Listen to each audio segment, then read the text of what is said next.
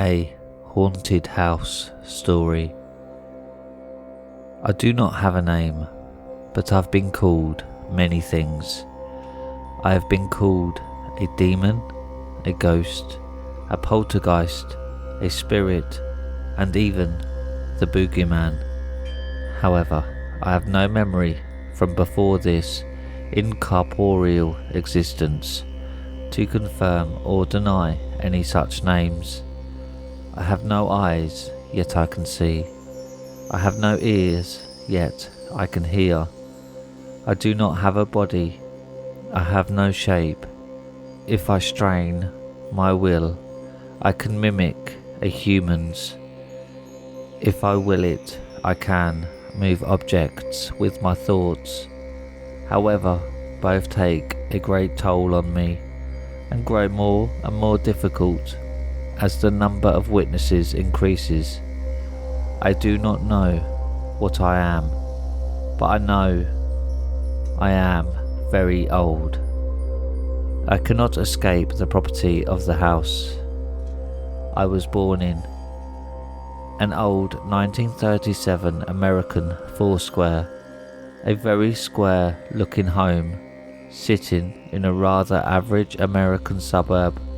My cage reaches as far as the sidewalk, where I can watch people pass by but never follow. I do not believe I was born with the house, as my memories only reach as far back as near the end of World War II. I lived with the Stockley family at the time. William Stockley was the master of the house and was married to his wife Anne. They had 3 children, 2 boys and a young girl named Ashley. Both boys joined the war and never returned. Like any young thing, I craved attention and tortured the family with mischief. If the Stockleys could not find something, it was because I hid it. If they heard sounds at night, it was me banging on the walls. My youthful antics never scared the Stockleys away. Time, however, made much faster work. Ashley had grown up, married and moved away. William and Anne stubbornly stayed in the home till they both grew old. One night, not long after the 70s had started, William sat in his study, reading, while Anne slept. William suffered a heart attack and died on the floor. He did not join me as a spirit of any kind. He just simply ceased being alive, and I could do nothing to aid him. It was the first time I truly realized how helpless my existence was. Anne moved in with her daughter, and I never saw any of the Stockleys again. I was left abandoned for a while after that. I felt loneliness for the first time. However, soon a new family moved into the home. I remember it was around the time of a nuclear scare happened not far from the home. Protests were a topic of conversation as the Grahams had moved in. Donald and Maria Graham and their 2 children, Mark and Robert. I was much more reclusive with the Grahams. I was much more brooding and withdrawn, always watching, but no longer trying to be heard. I had long since stopped trying to test my limits. The Grahams lived a rather uneventful life. I watched them for years go about their dull lives, kept my distance, stayed unattached. They grew older and eventually left. They moved out west for a better job. This led to the Youngs moving in, a modern family for a more modern age. Jane and Hank were the parents.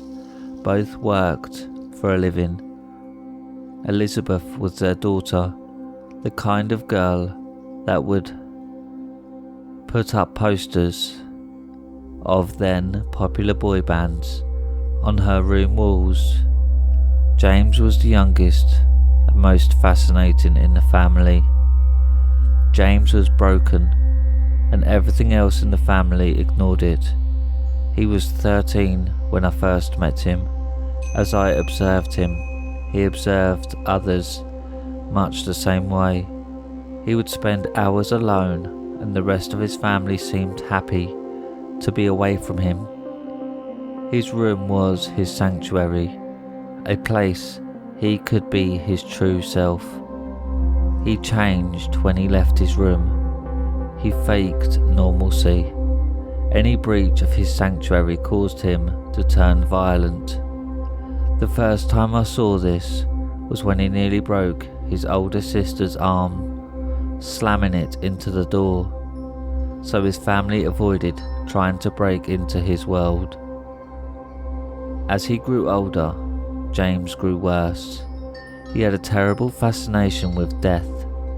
What started with books and pictures grew into him sneaking corpses of small animals into his room.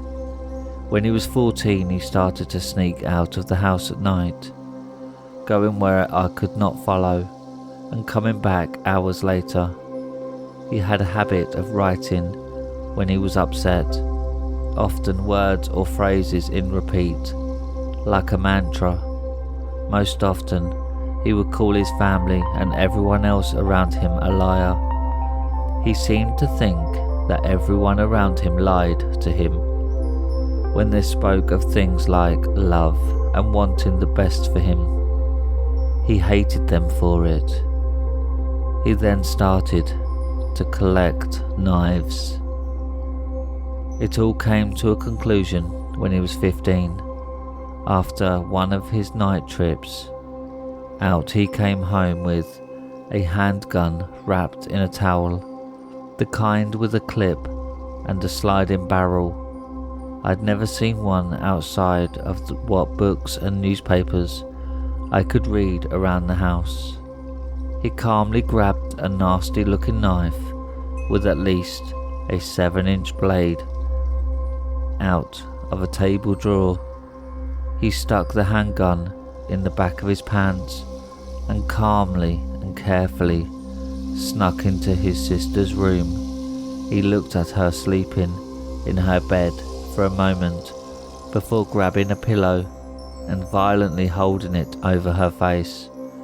With one hand, he took his knife with the other hand and started stabbing the knife into the blankets. His sister occupied. She screamed for a moment into the pillow, but repeated stabs to her chest and lungs prevented her from giving much resistance. When Elizabeth stopped moving, James looked down at his work.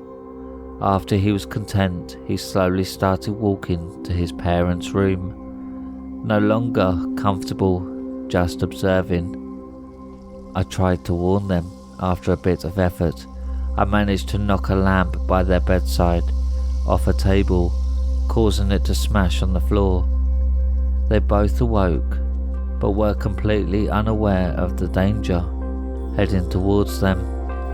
James walked into their room and saw that they were no longer sleeping. In a single motion, he dropped his bloody knife and pulled out his gun. It was still dark, and his parents did not have time to figure out what their son was holding before he pulled back the slide on the pistol and fired several shots into each of them. James looked at each of what used to be his parents and simply walked away. He went back to his room, pulled out another clip for his gun, collected his knife and started walking towards the front door. I realized he was not going to stop. He was going to keep killing till the police killed him. I was horrified and furious as he walked toward the end of my cage. I focused all of my willpower on him, trying to stop him from moving. In a flash, my point of view had changed. I was now holding a gun and stopped several feet from the door. I had possessed him. I was in control of his body, but I did not know for how long. I pulled the slide back on the gun like James had done not long before and put the gun to his head and pulled the trigger. With a thud, I was once again watching a boy bleeding on the floor, lifeless. The police arrived not long after. The house was closed off, the bodies collected. It all seemed to go by in a blur. It was not long till I was alone again. I could hear people talk as they passed the house. Another version of what happened emerged from the murder-suicide the police had reported. They said that this house is haunted, that a spirit had possessed the boy to kill his family and then himself. Perhaps it was because they could not comprehend anyone doing what James had done. However, I never felt more alone.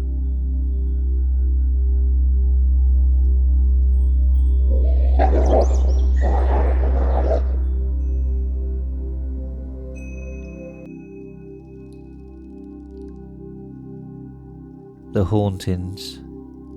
This is a true story about when I was 12 and my family and I moved into our new house. We all loved it, except it had a room we like to call the dungeon, an extremely tiny room in the basement that could be padlocked from the outside with no light inside.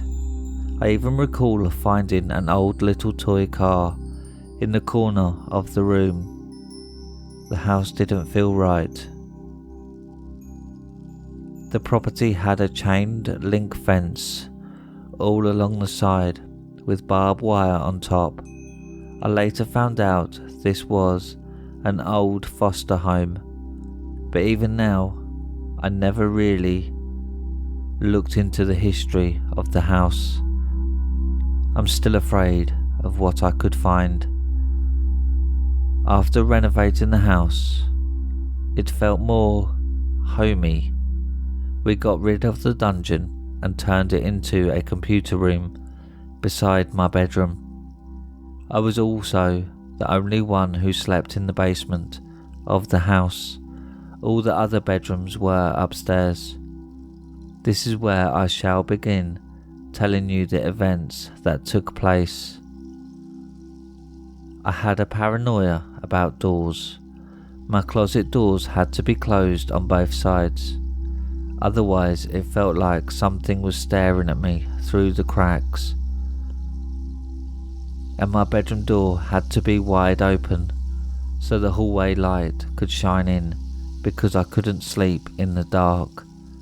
And I also felt trapped if the door was closed. For several weeks, nothing happened. Then weird things started happening. I would start waking up in the mornings to find my closet doors wide open. Then I started waking up to my door closed. I started questioning everyone to see if they were pranking me, but they all said they had nothing to do with it. This kept happening and I just ignored it. I started to sleep with my door closed and slept with a small light in my room. After a while, I would start hearing voices. One night, two ladies were having a conversation and laughing outside my bedroom door. Another night, I could hear a man yelling at someone. Every time I heard something, I'd leave my room to investigate to see if the TV had gotten left on, only to find out it was off. I would then walk back into my room with the conclusion I must have been half asleep and dreaming. These things continued, and I felt like I was going crazy. Then one night, after showering and walking into my room, I saw a small blonde boy sitting on my bed.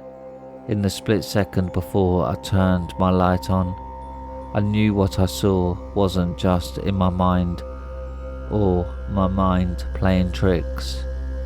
I got dressed and made a bed on the couch upstairs, too afraid to sleep in my room, while facing the window and slowly losing consciousness. I saw a little brunette girl, no more than 5 years old, crying and staring back at me through the reflection. I screamed and looked above my head, where she would have been standing, and saw no one. I didn't sleep that night. I didn't sleep for many nights after that, the images haunting me. The next following years I grew numb to the doors closing by themselves, the knocks on the walls and the voices. It was the new normal. I told my mom the things that would happen, and she'd just roll her eyes and say I was just playing around. When I turned 19, I could start drinking. I drank every night. It helped me to sleep and ignore the sounds. When I didn't react to anything that was happening anymore, when it saw I wasn't afraid, things got worse. On one night, while sitting on my bed, a water bottle flew off my desk across the room and hit a wall. Then loud thumping on the walls behind me started. Silence. Then a blood-curdling scream erupted. I ran upstairs, on the brink of tears, asking if anyone had heard the scream, and they all shook their heads. My mom comforted me, and I slept with her for a week after that. By this time, my mom believed me, but with some hesitance. For weeks after, I would sometimes hear whimpering. It was always very faint though. Then September 6th of 2012 came, the night that gave me evidence of it. I had a glass of rum and coke before bed. This was normal. It helped me sleep. I brushed my teeth and glanced at the clock. 12:02 a.m. I fell asleep. I woke up all groggy and my body aching. I looked at the clock and it was only 2:12 a.m. My bed felt wet and sticky and my shoulder felt extremely weird. I rubbed my shoulder with my other hand, only to stick my fingers in a gaping hole. I jumped out of bed and turned on the light to look in the mirror. I started crying while looking at the tear in my shoulder, 2 inches deep. I turned around and saw my bed was soaked in blood. My mum drove me to the ER and I got stitches. My mum thought I was self-harming and looked everywhere for something sharp in my room or bathroom and found nothing. Then she thought I sleepwalked and fell into something, only to find no blood anywhere else in the house. That's when I saw on her face that she believed me about everything. I moved out and now live with my dad. I'm working full-time at a pool, being a lifeguard and teaching swim lessons. I'm 20 now, and when I moved in this house, I could tell this house just felt better than the one I was at. The energy felt good. That is, until the other night, while lying in bed waiting for my boyfriend, I looked out of the bedroom door just before he closed it and saw the little brunette girl again.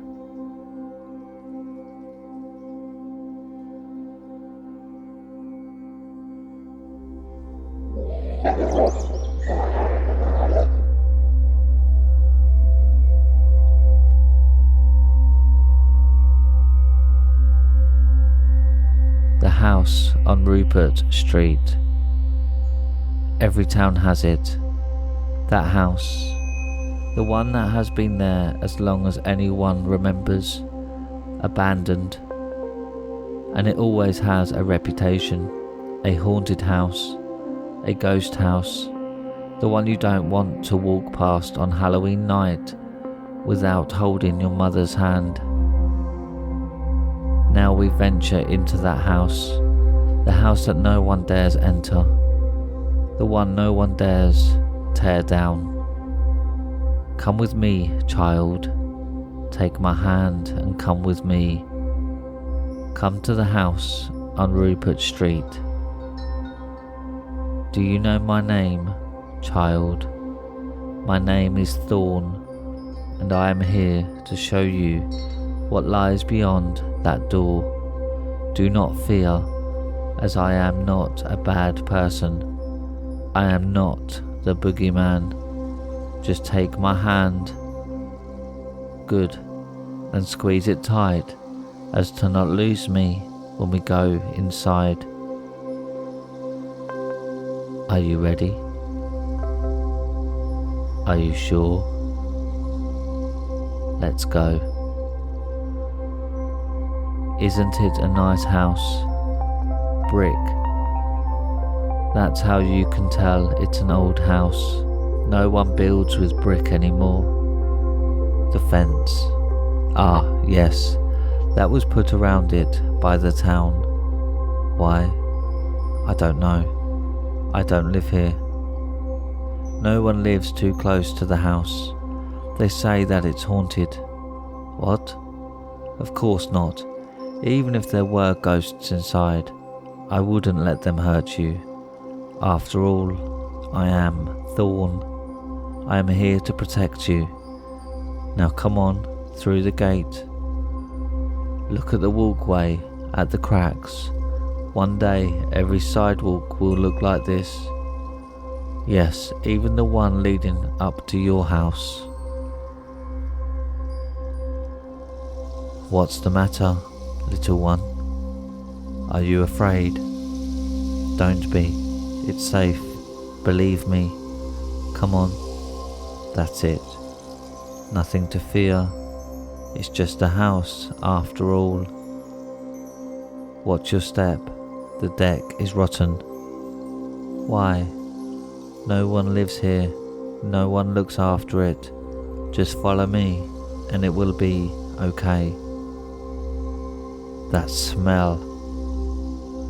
Why, that is the smell of age, child, of dust and mould and water dripping through the rotten wood. Feel the walls, soft, spongy. They have brick inside, yes, but then there's wood and drywall. It's rotting. Even the wallpaper is rotten. Come with me. Follow, just behind me. Ah, don't let go of my hand. We don't want to lose you. See this? This is the living room. We were just in the porch. Why is the couch still here? Well, it's said the people who lived here left in a hurry, so they must have forgot it. The toys? Well, they had kids about the same age as you, I dare say. Why did they leave? You'll see. Hurry now to the kitchen. The floor gets soft just before the doorway, so make haste. The floor? In the kitchen? Oh, I see what you mean. The plaster fell back from the ceiling long ago and now covers it. Look underneath, see the tiles? White and black. It's very nice. Once you see past the decay, Look at the cupboards, warped and sagging, but the wood is oak. No, not like Professor Oak, whoever that is. This was a very expensive house back in the day. That door. No, we'll wait before we go in there. That's the last thing I want to show you. Now follow me. Quick, over the doorway again to the stairs. Yes, that's all the rooms that are down here. The kitchen is bigger than the one in your house. Oh, I've been in your house before, child. Trust me. Your parents, they know me.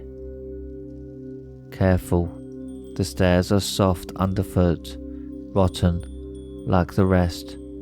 But look at the runner on the stairs, the rug, boy. It used to be a golden brown in colour, very nice. The smell is worse. You're right, that's the smell of the beds. Yes, they left them. Now we must be careful up here. The floor is very thin, and I don't want you falling and getting hurt. See that? That was the son's room back in the day. Those books, those were his school books and his story books. The rain got into them and made them swell. This room was his sister's. She was only 8 when they left. Yes, it's pink. She liked the colour. The smell. What do you mean? Oh, I get you now. Like the taste of blood. Never mind that. Just come with me. Walk close to the wall where the floor is strongest. Don't let go of my hand. Oh, my gloves. They're leather, kid, skin. What? No, it's made from goat. I wear them to keep my hands warm, as it is winter. Tell me, does your mother know where you are? She's awfully trusting to let someone so young go to the park alone. What? You're 6. Well, I guess I'm wrong. See this room, the bathroom, the feet on the tub. What about them? Oh, the stains. It's just rust. The mirror? What's on it? I don't know, it seems to be rust as well. How? Well, there is metal just above it. Don't worry. See this room? The big one. This is the master bedroom. The floor fell in a few years ago. That. The white thing in the corner. You want to see it? Well, the floor isn't there anymore, so we can't really cross to it. What is it? It was my wife. You see, well, I'll tell you when we go downstairs. Up against the wall now, careful. You heard that, the groaning. The wood is starting to give way. If you step there, you could fall and get hurt. There, now down the steps. Just hold my hand and it will be okay. That jacket, did your mother get it recently? Really? Well, it's so clean and new looking. It looks brand new. To the kitchen now. Why isn't the bathroom down here? I don't remember anymore. Yes, I lived here. When? Back in the 60s.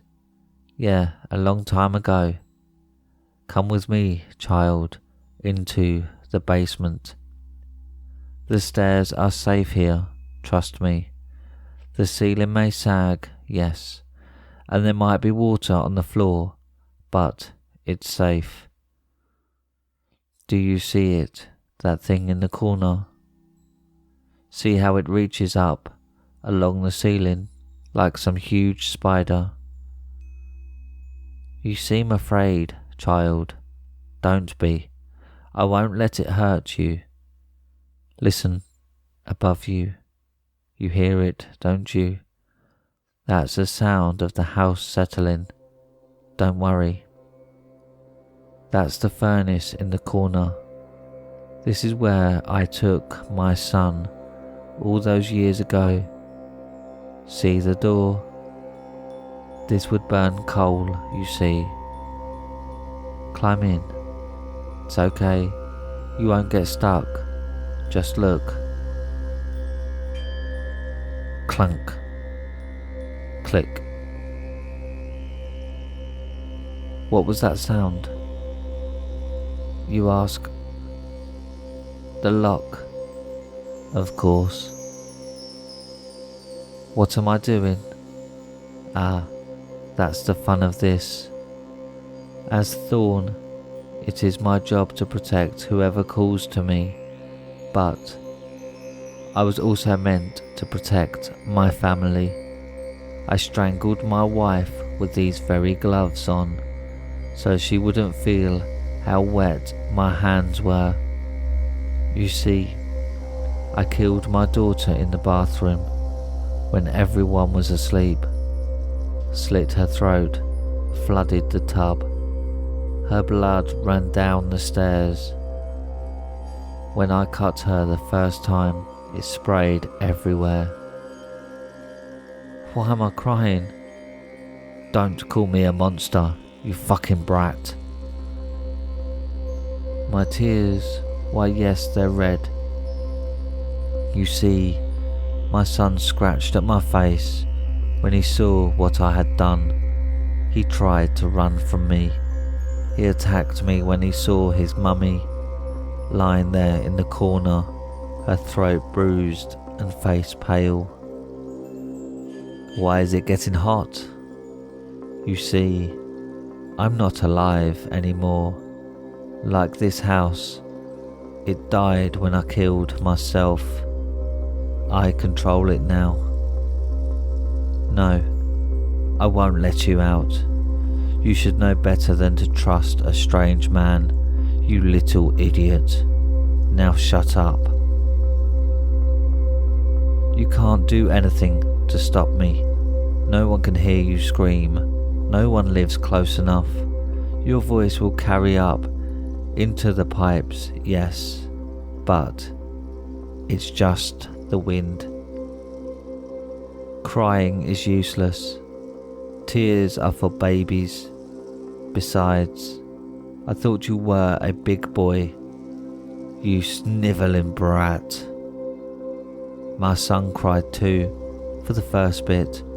Then the coal fumes knocked him out. He died before he burned. Look at the floor of the furnace. See those grey bits? Those are his bones. So you know the white thing wasn't my wife. She died there, but that wasn't her. That was a dog. You had a dog, didn't you? Little white dog named Scamp. Shut up. Your screams bother me, child. Your mother is a fool, like my wife. I told her I wanted to leave, but she cried and cried until I stayed. People will know, yes. They'll know what happened. The headlines will be as follows, I imagine. 6-year-old boy missing, last seen going to the park. Next week it will be search continues for missing boy. The next few pages you'll be off the first page and into the shorts. A few months the search would be called off. No one comes into my house anymore. It's condemned, too rotten to enter. They won't find you, child. What's wrong? You stopped screaming.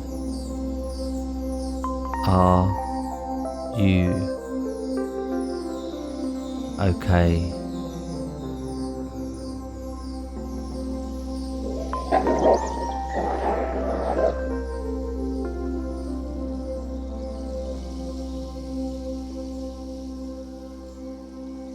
And that's it for tonight, my little hellhounds. Thanks for listening.